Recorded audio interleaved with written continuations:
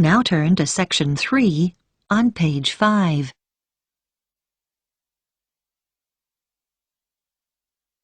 Section 3. You will hear a discussion between a student called Helen and her tutor about an assignment that Helen is working on. First, you have some time to look at questions 21 to 24 on page 5.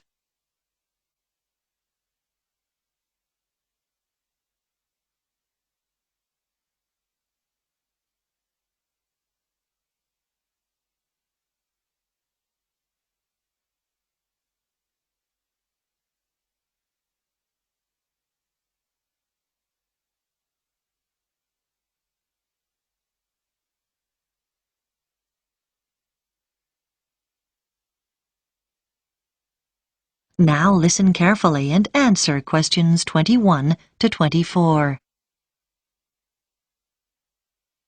Come in, Helen. How can I help you? Well, I'm doing research for the anthropology assignment, and I was hoping to check a few details. Sure. You chose the topic of Pacific Island tapa cloth, didn't you? What have you found out so far? Well, I was going to introduce my assignment by saying that the tapa cloth is a fabric made from bark, just the outer layer of the trees. It's particularly common in the Pacific Islands, but not exclusive to them.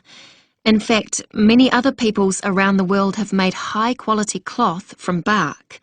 But what sets Pacific tapa apart is the incredible variety of roles it's played in this region.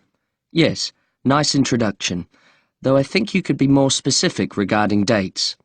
Okay, so what about the raw materials used? Well, tapa cloth is made from several species of tree. In the Pacific, the paper mulberry tree is most common, but it doesn't thrive in all conditions. In fact, it wasn't originally found in the islands, but was carried in their canoes by the first migrants. Tapa is also made from the breadfruit tree, which is convenient because its fruit is a staple food. The paper mulberry tree is only grown for tapa making, though. Yes, that's good. Now, what about the Maori people here in New Zealand? But the Maori don't make tapa now. That's right, and you need to account for it. We know that when Maori migrated here from the other Pacific Islands, they were prepared to make tapa because they brought the paper mulberry tree with them. The thing was, after they'd been in New Zealand a bit, they found the flax plant, which is superior to tapa because it makes a stronger fabric. By the time Europeans arrived in the 18th century, Maori were making all their fabric from flax and had been for some time. Okay.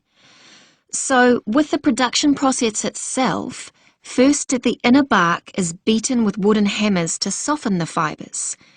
Then the different pieces are glued together using an adhesive paste made from the arrowroot tuber. This is the only way to fabricate large pieces of cloth because bark strands are too fine to be woven together and stitching isn't strong enough. Before you hear the rest of the discussion, you have some time to look at questions 25 to 30 on page 6.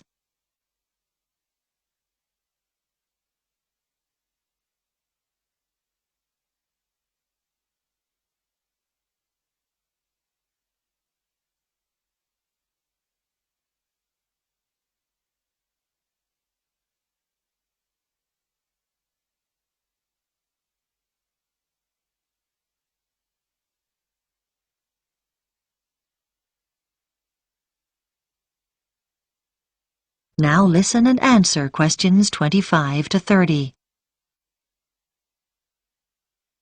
So now you need details about different countries. Where would you start?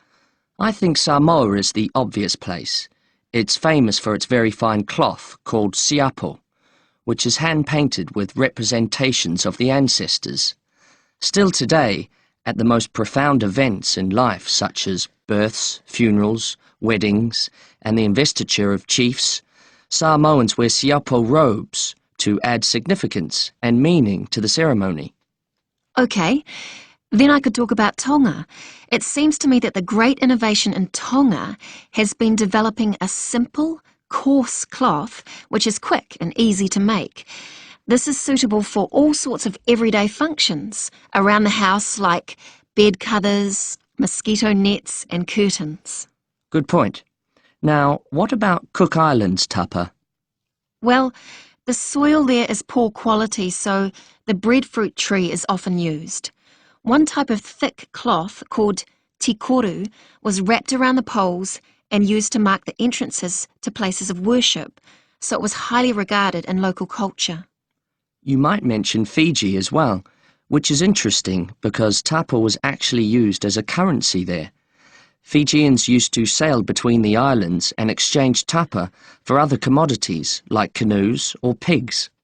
I know that in Tahiti the tapa cloth is different because the patterns are in colour, which is considered more valuable than the usual brown patterns.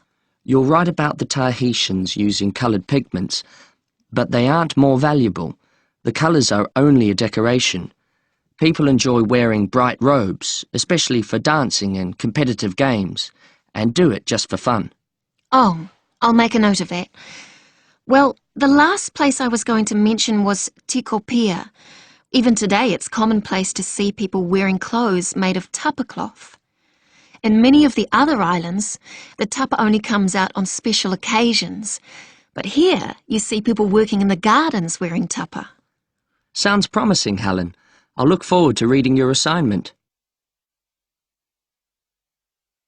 That is the end of Section 3. You now have half a minute to check your answers.